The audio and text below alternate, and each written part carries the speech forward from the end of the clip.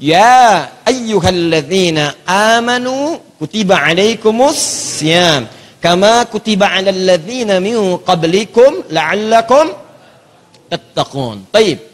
Kita sudah bahas pertemuan lalu tentang pembuka kalimatnya. Fokus baik-baik.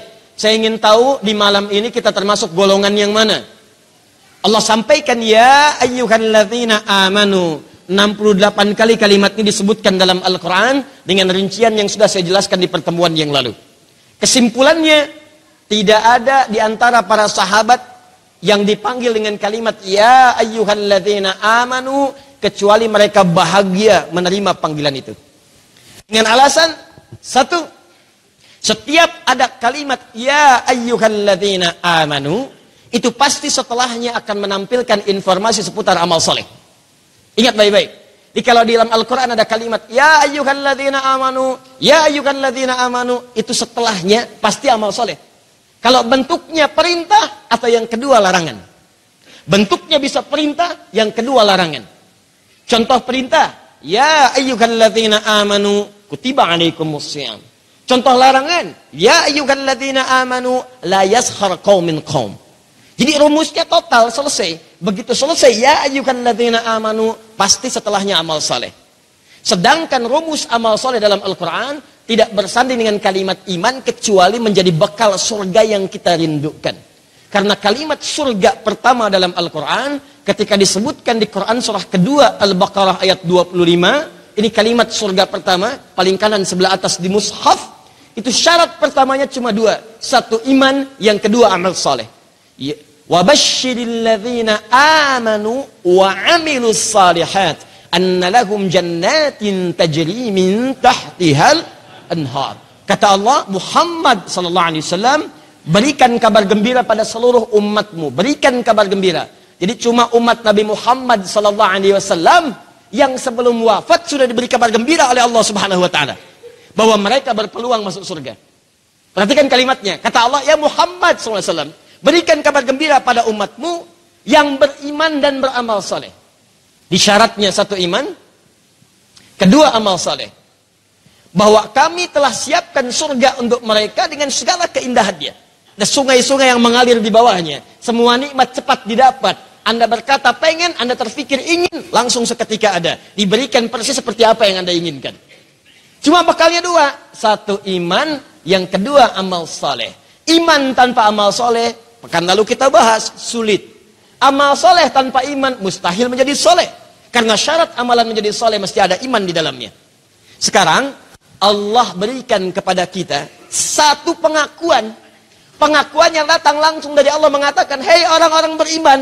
Ketika disebut beriman, berarti kita sudah punya satu syarat. Coba lihat. Fokus ini.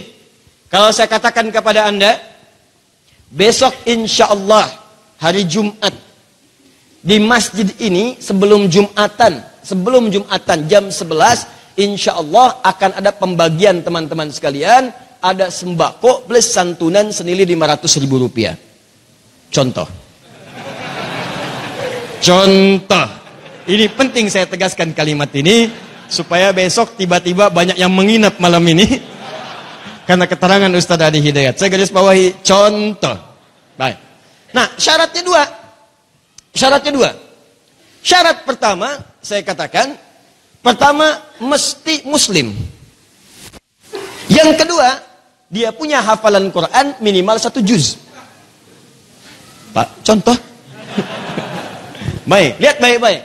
Satu muslim, kedua, teman-teman sekalian, punya hafalan Quran minimal 1 juz. Nah, pertanyaan saya, kalau ada orang-orang kemudian masuk bari syarat yang pertama, muslim, dia masuk kategori ini. Ada harapan tidak? Ada. Jadi begitu saya katakan syarat pertama muslim, berarti semua mengatakan, oh saya punya harapan besok dapat. Alhamdulillah, 1 juta dapat plus sembako. Tapi dia belum lihat syarat yang keduanya. Begitu dia melihat syarat kedua, minimal hafal Al-Quran 1 juz. Maka perhatikan baik-baik. Saya sudah melihat dari wajah-wajahnya. Ada yang terlihat berbunga-bunga karena syarat cuma 1 juz, dia sudah 10 juz. Dia katakan, aduh kenapa nggak sekalian 10 juz aja gitu kan? Masya Allah. Ada yang 30 juz. Ah, saya mau sekarang berapa juz aja silahkan, udah 30. Ya, tapi ada yang mengatakan, ya Allah, 1 juz.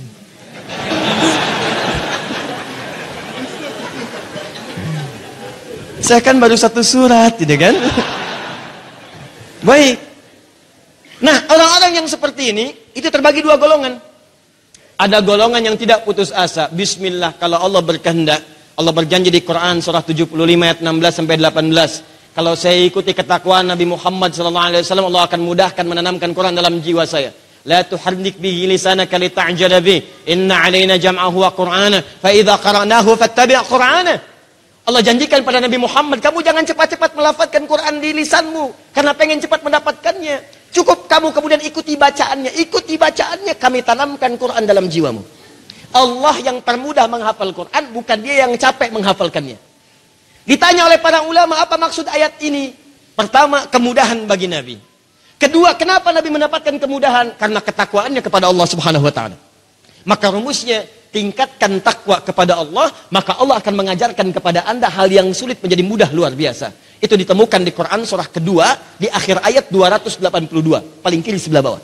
Wattaqullah wa yu'allimukumullah. Tingkatkan takwamu kepada Allah, maka Allah akan mengajarkan kepadamu semua jenis pengetahuan yang kamu butuhkan. Makanya ada yang hafal Quran 3 hari, ada yang hafal Quran 5 hari, ada yang 10 hari, ada yang 20 hari, ada yang 23 hari. Orang-orang menghafalkan 2 tahun, dia menghafalkan dalam hitungan hari. Maka dia katakan, tidak ada yang mustahil kalau Allah menghendaki. 1 juz dengan izin Allah besok saya hafal. Masya Allah, dia bermodalkan surat Al-Ikhlas. Ikhlas dia hafalkan malam. 1 juz. Bismillah, hafalkan. Allahu Akbar, tamat 1 juz dia. Begitu besok ketika mau diuji, bismillah, hafal 1 juz, datang. Dia percaya diri, Allah mudahkan baginya. Begitu ditanya, jawab, selesai. 1 juz didapatkan. Sembako dapat, 1 juz dapat, dan 1 juz dapat. Ada yang kedua, saya juga mau coba, tapi ada keraguan dalam dirinya. Sedangkan Quran mengatakan, la raiba fi, jangan ragu, dia ragu. Maka malam-malam, kalau Allah berkehendak, saya pasti bisa. Walaupun memang mustahil sih, tapi nggak apa-apa. Nah ini kalimatnya, walaupun susah, mustahil, tapi nggak apa-apa. Ada keraguan dalam jiwanya. Maka dia menghafal, menjelang subuh dia hafal 1 juz. Selesai subuh dia lupa lagi. Ini sulit. Ada yang sama sekali mengatakan itu nggak bisa diraih. Sudahlah, mungkin bagian orang lain saja. Itulah teman-teman kalimat yang sama. Kata Allah, lihat kalimatnya. Muhammad SAW berikan kabar gembira pada orang-orang beriman. Iman syarat pertama, dapat. Antum masuk. Saya beriman, Anda beriman, kita beriman. Jadi sebetulnya syarat pertama udah kita dapatkan.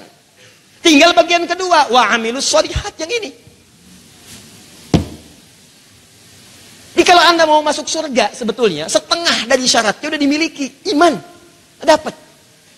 Sudah dapat teman-teman. Dan sekarang yang kita butuhkan adalah kita tinggal dapatkan bagian yang kedua. Apa itu? Wa amilus sholihat, amal soleh.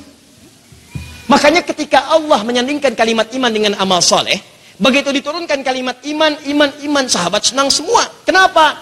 Karena kalimat iman itu akan bersanding dengan amal soleh. Dan amal soleh kunci mendapatkan surga kita. Jadi begitu sahabat mendapatkan, ya ayyuhalladzina amanu, senang semuanya. Kenapa? Karena setelahnya pasti ada bekal ke surga. Di sahabat Nabi itu memosisikan amal soleh bukan sebagai beban perbuatan yang harus dikerjakan. Tapi sebagai bekal untuk memasukkan ke surga. Makanya selesai kalimat iman, alladzina yu'minuna bil ghaib wa yuqimunas shalah. Salat, amal soleh. Wa mimma razaqnahum yunfiqun, infaq, amal soleh. Ya ayyuhalladzina amanu, ada amal soleh. Jadi begitu turun perintah salat, yang mereka lihat bekal surga, bukan beban ibadahnya. Bekalnya, begini cara menyikapinya. Makanya ketika mendengar panggilan adzan, buru-buru sebelum adzan bahkan menunggu. Kenapa? Takut gak kebagian bekal. Ini kan aneh, ada orang bagi sembako udah ngantri. Padahal yang diberikan juga belum tentu masuk dan dibutuhkan. Silakan cek, bagi kaos, ngantri. Bagi pulsa, ngantri. Nasi bungkus, ngantri. Dan ketika dapat pun belum tentu sesuai selera. Kenapa ketika diberikan bekal ke surga, nggak ada yang ngantri? Yang paling menyedihkan, ada orang bahkan teman-teman sekalian, dulu sebelum adzan dah nunggu karena tahu bekal surga. Sekarang muadzin sampai nunggu, sampai komat belum datang juga. Tunggu 5 menit lagi belum datang juga. Ini sebetulnya yang mau ke surga itu yang mana?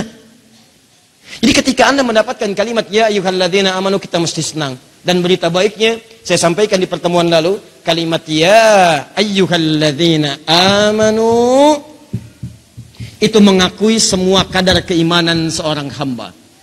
Masih ingat huruf ya? Dekat, menengah, jauh.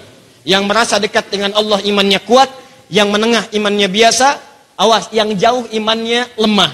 Allah tidak bedakan. Hei, saya ingatkan ya, saya tegaskan ya, ayo. Saya panggil semua pemilik iman. Saya tidak peduli mau imannya itu lemah, sehingga jauh dari saya. Mau imannya itu standar, sehingga biasa-biasa hubungannya dengan saya.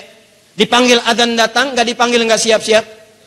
Atau ada orang yang imannya kuat sehingga dekat dengan saya. Sebelum dipanggil adzan, dia sudah siap-siap.